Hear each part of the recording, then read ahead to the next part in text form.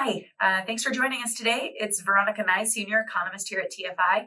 You'll notice that I have a colleague, Ryan Boley, Vice President of Government Relations, also here with TFI. I would like to talk a little bit about Milton and what we're seeing on the ground today from our members and kind of what our expectations are for production, particularly of phosphate fertilizers into the coming days, weeks, and months. So obviously, everyone was following Milton very closely last week. It made landfall on Thursday, and as hurricanes are wont to do, surprised everybody by changing path there at the last moment, in large part sparing the Tampa area from some of the surge that they were expecting just hours previous. So Ryan, what can you tell us about the Port of Tampa? Because outside of fertilizer itself, the Port of Tampa is incredibly important. So what does that look like? How much damage was there? Are things operational?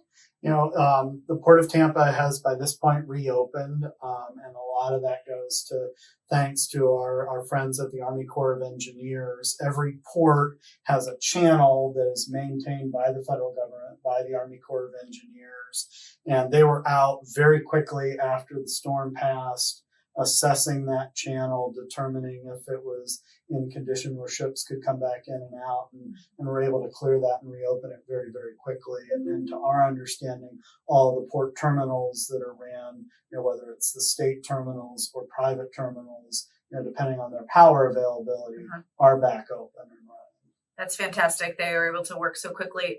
And just because you're in government affairs, where does the Army Corps get their funding? What's the primary mechanism for that? So they're funded every year through congressional appropriations. It's called the Energy and Water Appropriations Bill. So it's the same agency that manages locks and dams on the inland waterway system. They also manage ports and also manage the intercoastal and Gulf waterway that connect everything from New York City down to Houston, Texas, and beyond. Yeah, that's super interesting and certainly a priority here at TFI that we obviously keep those transportation channels open and that those agencies are well funded so that they can get us back to work quickly. So in that vein, as the port relates to fertilizer, about 25% of all U.S. fertilizer exports go out of Tampa. So it's a big deal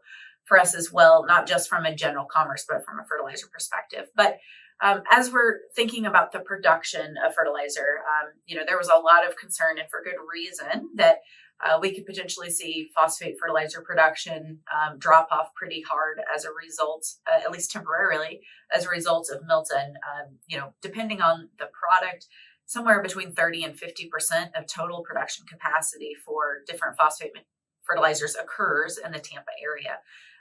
And thankfully, our members are still out there assessing their operations, but thankfully, doesn't seem to be there's any substantial damage beyond what the general unfortunate wear and tear that you would expect from a hurricane. Ryan, have you, from your member conversations, anything that the marketplace would find interesting or concerning? Not that I've seen, either from members or, another important point is the transportation network coming out of Tampa on the ground as well, whether it's the railroads or the roads, those seem to be, getting back on track, no pun intended. Certainly nowhere near the damage from an infrastructure perspective that we've unfortunately seen up in Western North Carolina from the previous hurricane. Yeah, because you all know the fall application period for phosphate fertilizers is only about 3 weeks out. So, the concern that we would have a significant shutdown in production or that there would be significant damage to stored materials that are already produced was weighing on the market. But thus far, good news out of the Tampa area. So we'll keep you posted as we hear anything new. But so far, as Ryan accurately stated, it could have been a lot worse for the fertilizer industry and for all of the growers that depend on our products. And we're thankful that it wasn't. Thanks very much for joining us today. This is also my weekly plug to check out the TFI Market Logistics Conference.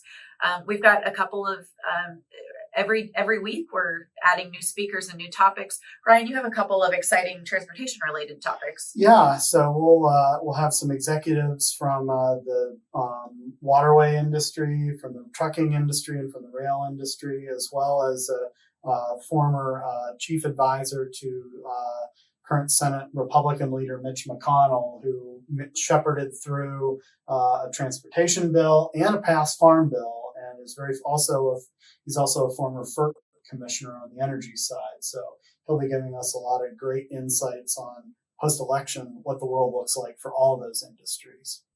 We'll see you in Tampa in about 4 weeks at the Market Logistics Conference. And we checked, and our hotel is great. Thanks so much.